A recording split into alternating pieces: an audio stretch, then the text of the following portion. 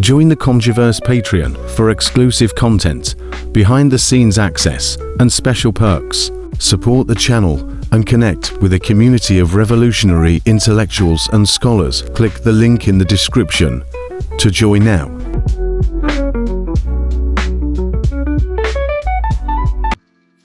So it's come to my knowledge and many of y'all's knowledge that, the Trump administration is moving to officially recolonize the Congo with respect to the mineral wealth. Now, this has been a story that's been brewing, and now we have a recent visit of the DRC by Massad Boulos, which is the Africa Czar and the senior advisor for President Donald Trump to Africa. And they plan to completely take over the country and completely dominate the resource concessions. Now, I've heard a lot of people say that this is a good thing because you don't want the Rwandans to be able to take over, and Rwanda has done a lot of negative things, and China has done a lot of negative things. But it also speaks to just the inability of, Tshisekedi and the UDPS, the Union for Democracy and Social Progress Party in the Congo, to be able to build a legitimate political allegiance to develop the nation, right?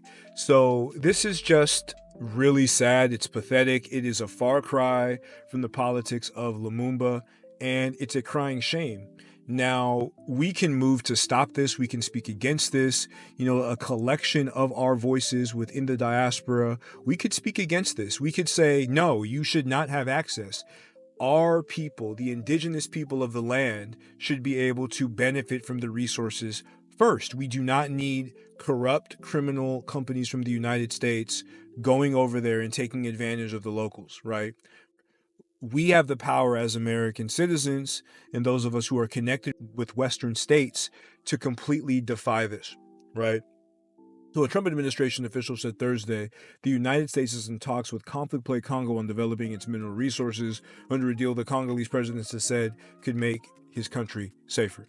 So Massad Boulos did not provide details of the potential deal following talks with Congo's president Tshisekedi in Kinshasa, but he said it could involve multi-billion-dollar investments. You have heard about a minerals agreement. We have reviewed the Congo's proposal, Boulos said. I am pleased to announce that the president and I have agreed on a path forward for its development. American companies would be operating transparently and would stimulate local economies, Boulos said. Congo is the world's largest producer of cobalt, a mineral used to make lithium-ion batteries for electric vehicles and smartphones. It also has substantial gold, diamond, and copper reserves. Tshisekedi said last month he was open to a deal on developing critical minerals with the United States if American involvement could help quell insurgencies and boost security in the African country. Again, this is just an example of opening the front door to all types of criminality, criminal activities.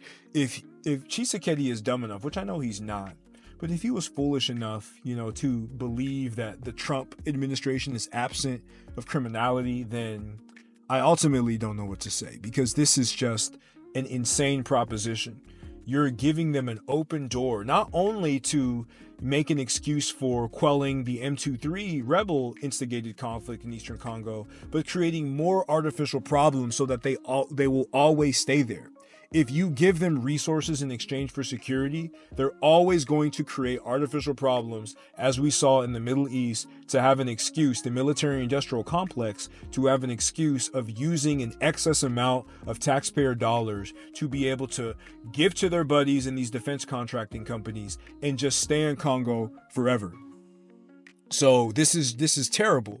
But again, it speaks to both the lack of political maturity and the fact that these local leaders in Congo are just selling out their people and selling out people on the African continent, right?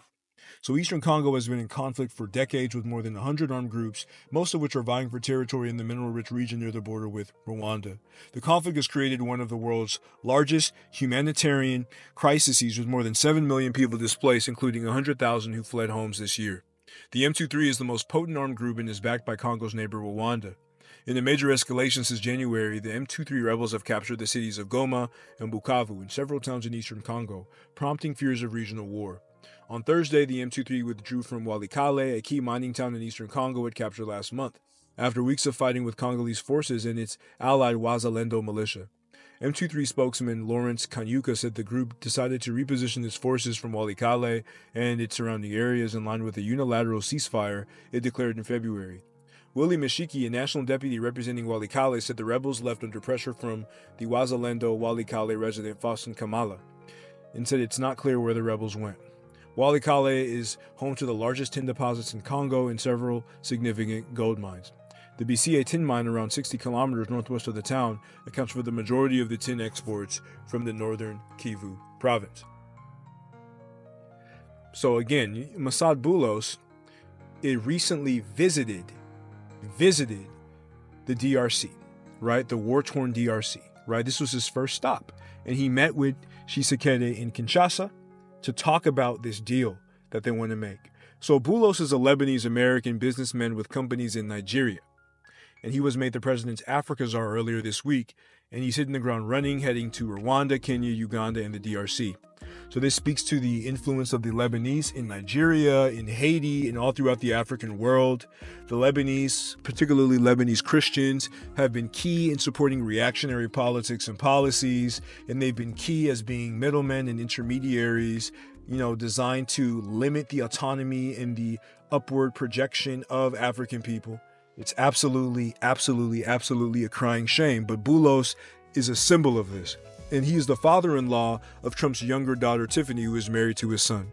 He's the second extended family member to be awarded a role after Kushner, the father-in-law of Trump's other daughter, Ivanka. Charles Kushner was nominated ambassador to France. So Boulos, who also serves as a senior advisor to the president on Arab and Middle Eastern affairs, would meet with heads of state and business leaders to try to advance peace efforts in the DRC and promote U.S. private sector investment in the region. The Congolese army is battling M23 rebels in the country's east.